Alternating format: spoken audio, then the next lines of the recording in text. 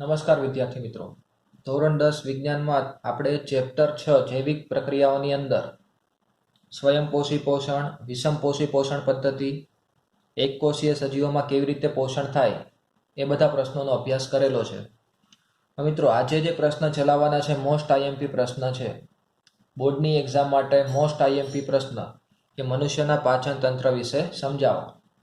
મનુષ્યનું જે પાચન તંત્ર છે એના વિશે વિસ્તૃત માહિતી આપવાની છે. કયા કયા અંગો હોય, દરેક અંગની રચના અને કાર્ય, એ દરેક વિશે તમારે વિસ્તૃત માહિતી આપવી પડે. મિનિમમ 5 માર્કની અંદર આ પ્રશ્ન પૂછાય છે એટલે અને મોસ્ટ ઓફ એક્ઝામની અંદર પૂછાય જ છે, દરેક એક્ઝામમાં. આપણે શરૂઆત કરીએ મિત્રો. પાચન તંત્ર વિશે તમે ધોરણ 8ની અંદર પણ ભણી ગયા છો કે મનુષ્યનું જે પાચન તંત્ર છે એના મુખ્ય અંગો કયા હોય. તો એના મુખ્ય અંગો મુખ, અન્નનળી, જઠર, નાનું આંતરડું, મોટું આંતરડું અને મળદ્વાર, આ દરેકનો સમાવેશ થાય. મનુષ્યના પાચન તંત્રના જે મુખ્ય અંગો છે એમાં કોનો સમાવેશ થાય મિત્રો? મુખ, અન્નનળી, જઠર, નાનું આંતરડું, મોટું આંતરડું અને મળદ્વાર, આટલા અંગોનો સમાવેશ થાય છે. મિત્રો, તમને ખબર જ હશે, આપણે પાચનની શરૂઆત ક્યાંથી થાય? તો આપણે ખોરાક મુખની અંદર મૂકીએ તો આપણા ખોરાકનું જે પાચન છે એની શરૂઆત મુખથી જ થાય છે. મુખની અંદર દાંત, જીભ અને લાળ ગ્રંથિ હોય છે, તમને ખબર હશે. દાંત શું કરે? તો ખોરાકને ચાવે અને નાના ટુકડાઓમાં રૂપાંતરિત કરે છે. લાળ ગ્રંથિ હોય તો લાળ ગ્રંથિમાંથી લાળ રસનો સ્ત્રાવ થાય. તમને ખબર જ હશે, આપણે ખોરાક મુખની અંદર મૂકીએ એટલે લાળ ગ્રંથિમાંથી લાળ રસ ઉત્પન્ન થવાનો શરૂ થઈ જાય. હવે આ લાળ રસ છે એ શું કરે? ખોરાકને ભીનો અને પોચો બનાવે છે. ખોરાકને કેવો બનાવે મિત્રો? ભીનો અને પોચો બનાવે. જીભ શું કરે? તો જીભ એ આ જે ખોરાક હોય એને લાળ રસ સાથે ભેળવે છે. તમને ખબર જ હશે કે જીભ એ ખોરાકને ફેરવવાનું કામ કરે. એટલે જીભ એ ખોરાકના જે ટુકડાઓ હોય એને લાળ રસ સાથે મિશ્ર કરવાનું, ભેળવવાનું કામ કરે છે. મિત્રો, આપણે પાચન તંત્રનું એક ટૂંકો વિડીયો જોઈ લઈએ જેથી તમને આખી પ્રક્રિયા કેવી રીતે થાય છે તે વિસ્તૃતમાં ખબર પડે મિત્રો. Take food through mouth and digest it in specific organs for digestion. The undigested food is defecated. The food we take passes through a specific canal which begins with buccal cavity and ends at the anus. This canal is called alimentary canal or the digestive tract. The parts of the alimentary canal are buccal cavity, esophagus, stomach, large intestine, small intestine, rectum, and anus. The food gets digested gradually as it passes through the various parts of the tract. Digestive juices secreted by the salivary glands, liver, and pancreas also aid digestion. Mouth and the buccal cavity. Food intake in human beings is through mouth. This process of taking food is called ingestion. Chewing food is very necessary for proper digestion as digestion process starts in the mouth itself. What happens during chewing? The large pieces of food we eat are mechanically broken down into small pieces. Teeth helps us in doing so. Action of saliva on food. During chewing, food mixes with saliva. Saliva is secreted from salivary glands located on the lower jaw between the tongue and teeth. Saliva converts starch in the food into sugars and also softens the food. Tongue. Taste of food can be detected by the taste buds present on the tongue. Tongue is a fleshy muscular organ attached to the floor of the buccal cavity. It is free at the front and moves in all directions. Taste buds appear as small bumps on the tongue and have different regions which help us enjoy different tastes. esophagus or food pipe. The swallowed food from the mouth passes onto the esophagus. The epiglottis, which is a flap-like structure behind the tongue, directs the food into the esophagus and prevents entry into the larynx. The peristaltic movements of the esophagus helps the food to move down the tract till it reaches the stomach. Stomach. Stomach is a bag-like structure with thick wall. It is in the shape of a flattened U and is the widest part in the alimentary canal. The food that enters the stomach is churned and mixes with the mucus, hydrochloric acid and digestive juices secreted by the inner lining of the stomach. The acid helps to kill the bacteria present in the food. It also makes the medium in the stomach acidic. The digestive juices secreted by the stomach break down proteins into simpler substances. Then the food is emptied into small intestine. Small intestine. Small intestine is a highly coiled structure and is about 7.5 meters long.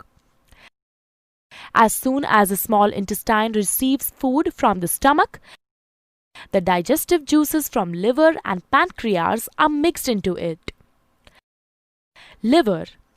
Liver is the largest gland in the human body and is situated in the upper side of the abdomen. To the right, it is reddish-brown in color. It secretes bile, which breaks down fats. Bile is stored in gallbladder between meals. Pancreas. Pancreas is a leaf-shaped and cream-colored gland located just below the stomach. It secretes pancreatic juice, which acts and breaks down carbohydrates, proteins, and fats. After this is completed, the partially digested food reaches the lower part of the small intestine, where intestinal juices act upon the food and completes digestion of any remaining components in food. The carbohydrates in the food break down into sugars like glucose, fats into fatty acids, and glycerol, and proteins into amino acids. The food consumed is digested and is now ready to be absorbed into the blood. Absorption of food in the small intestine. The inner wall of the small intestine has finger-like projections called villi, which have a network of thin blood vessels close to the surface. The villus increases the surface area of absorption and absorbs the digested food materials. The substances thus absorbed are transported through the bloodstream to different organs in the body and are used to build complex substances like proteins. This process is called assimilation. In the cells, glucose breaks down into carbon dioxide and water with the help of oxygen and releases energy. The undigested and unabsorbed food enters the large intestine. Large intestine. The large intestine is wider than small intestine and measures 1.5 meters in length. Once the undigested food enters the large intestine, it absorbs water and some salts from it and passes the remaining waste into the rectum. Here it remains as semi-solid fecus. The fecal matter is removed through the anus. This is called egestion.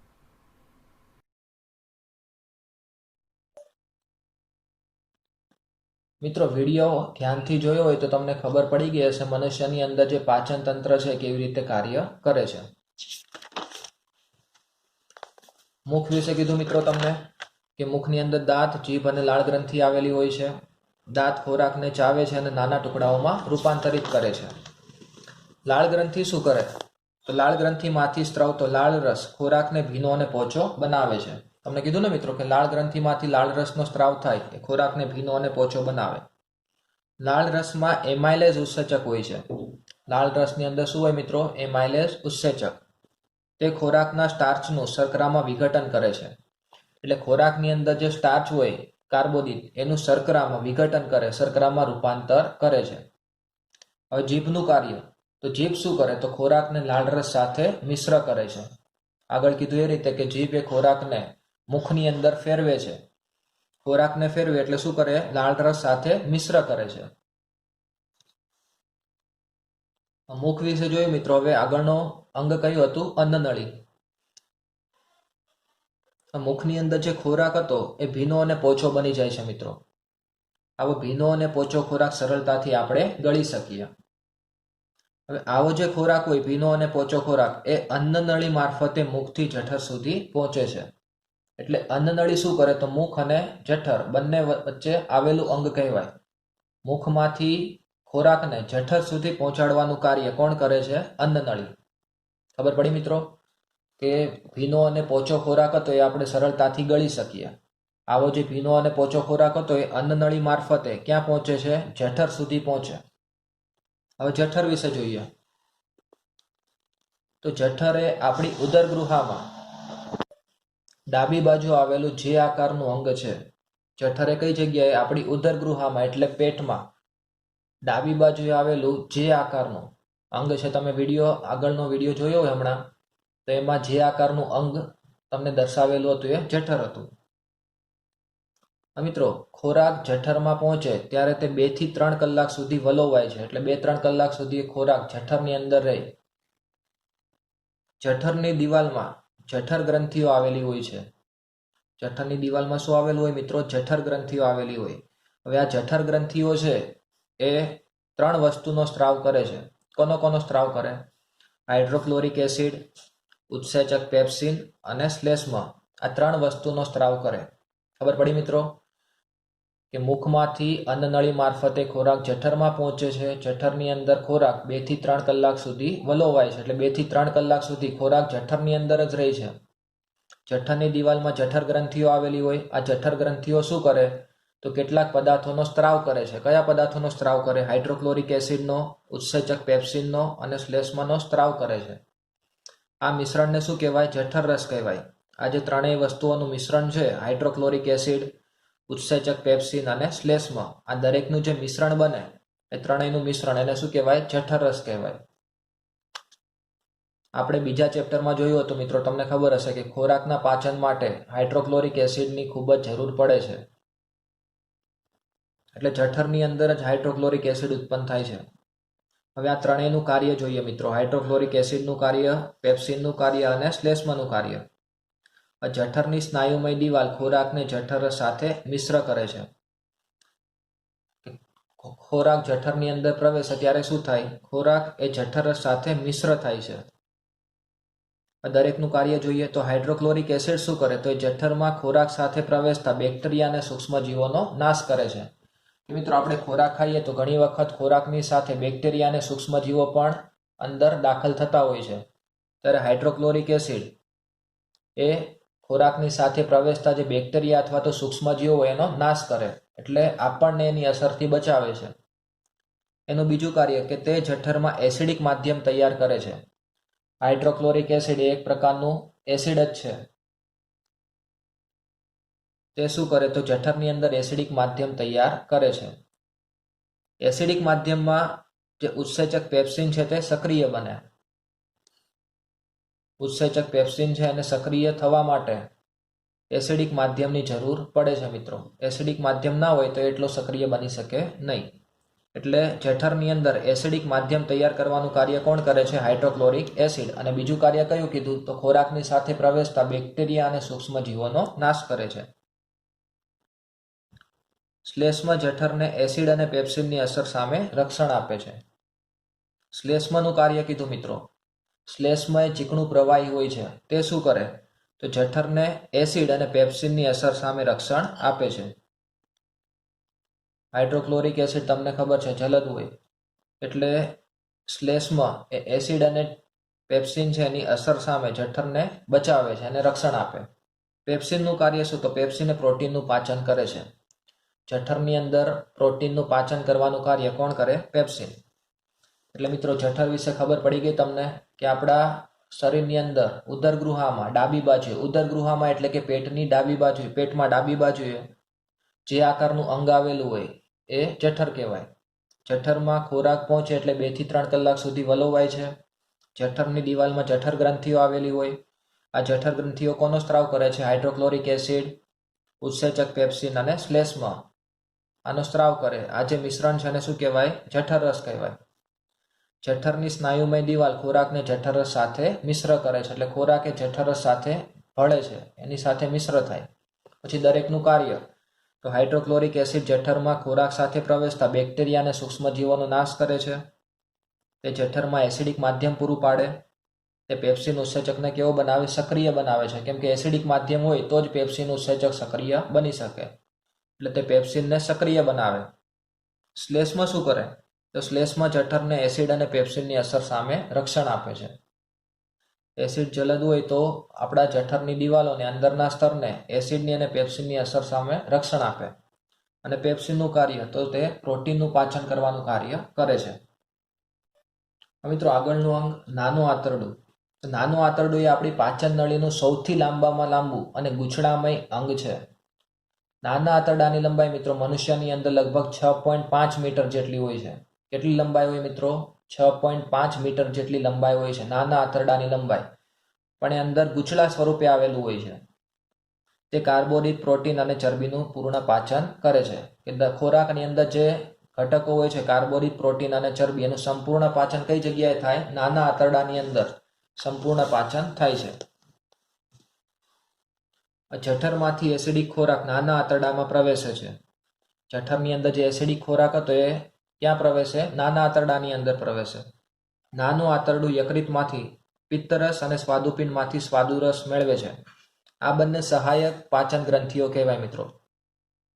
યકૃતમાંથી પિત્તરસ મેળવે છે અને સ્વાદુપિંડમાંથી સ્વાદુરસ મેળવે છે. એટલે સહાયક પાચન ગ્રંથિઓ કઈ થાય? યકૃત અને સ્વાદુપિંડ. એટલે નાના આંતરડાની અંદર યકૃતમાંથી પિત્તરસનો સ્ત્રાવ થાય અને સ્વાદુપિંડમાંથી સ્વાદુરસનો સ્ત્રાવ થાય છે. હવે આ બંનેનું કાર્ય જોઈએ, પિત્તરસ અને સ્વાદુરસનું. તો જઠરમાંથી આવતા એસિડિક ખોરાકને પિત્ત આલ્કલીય બનાવે છે. કે જઠરની અંદર હાઇડ્રોક્લોરિક એસિડ હતો એટલે ખોરાક કેવો હતો? એસિડિક હતો.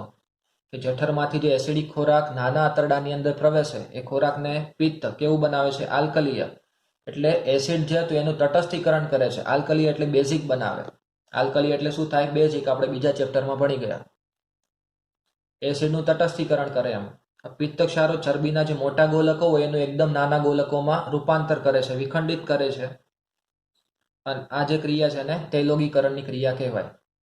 મિત્રો પિત્ત છે તો ચરબીના જે મોટા ગોલકો હોય એનું નાના ગોલકોની અંદર રૂપાંતર કરે. આ ક્રિયાને શું કહેવાય? તૈલોગીકરણ. સ્વાદુરસનું કાર્ય તો સ્વાદુપિંડ સ્વાદુરસનો સ્ત્રાવ કરે છે. સ્વાદુપિંડમાંથી શેનો રસ થાય? સ્વાદુરસનો. સ્વાદુરસમાં પ્રોટીનના પાચન માટે ટ્રિપ્સિન, કાર્બોદિતના પાચન માટે એમાઇલેસ અને ચરબીના પાચન માટે લાઇપેસ ઉત્સેચક હોય છે. તમને આગળ કીધું મિત્રો કે નાના આંતરડામાં કાર્બોદિત, પ્રોટીન અને ચરબીનું સંપૂર્ણ પાચન થાય. તો દરેકના પાચન માટે અલગ અલગ ઉત્સેચક હોય છે. પ્રોટીનના પાચન માટે કોણ હોય? ટ્રિપ્સિન. એના પછી કાર્બોદિતના પાચન માટે એમાઇલેસ. આપણે મુખની અંદર પણ કીધું તમને કે મુખની અંદર જે એમાઇલેસ ઉત્સેચક હોય એ શું કરે? કાર્બોદિતનું પાચન કરે છે. અને જઠરની અંદર પણ કીધું ટ્રિપ્સિન કોનું પાચન કરે? પ્રોટીનનું પાચન કરે. અને ચરબીનું પાચન થવા માટે કયો ઉત્સેચક હોય છે? લાઇપેઝ ઉત્સેચક હોય છે. હવે આંતરરસનું કાર્ય. મિત્રો નાના આંતરડાની જે દિવાલ છે એમાં આંતરીય ગ્રંથિઓ આવેલી હોય છે. આંતરીય ગ્રંથિઓમાંથી આંતરરસનો સ્ત્રાવ થાય. નાના આંતરડાની દિવાલમાં શું આંતરગ્રંથિઓ આવેલી હોય તેમાંથી આંતરરસનો સ્ત્રાવ થાય છે. આંતરરસમાં આવેલા ઉત્સેચકો પ્રોટીનનું એમિનો એસિડમાં, કાર્બોદિતનું ગ્લુકોઝમાં અને ચરબીનું ફેટી એસિડ અને ગ્લિસરોલમાં રૂપાંતર કરે છે. કે આંતરરસનું કાર્ય શું? નાના આંતરડાની અંદર તમને કીધું કે આંતરરસ ઉત્પન્ન થાય. આંતરરસ શું કરે? તો આંતરરસની અંદર કેટલાક ઉત્સેચકો આવેલા હોય એ પ્રોટીનનું એમિનો એસિડમાં રૂપાંતર કરે, કાર્બોદિતનું ગ્લુકોઝમાં અને ચરબી હોય તો એનું ફેટી એસિડ અને ગ્લિસરોલમાં રૂપાંતર કરે છે. તો મિત્રો નાના આંતરડા વિશે પણ તમને ખબર પડી ગઈ હશે. બાકી જે થોડો ઘણો ટોપિક વધ્યો છે આપણે આગળના લેક્ચરમાં એનો અભ્યાસ કરીશું. અસ્તુ.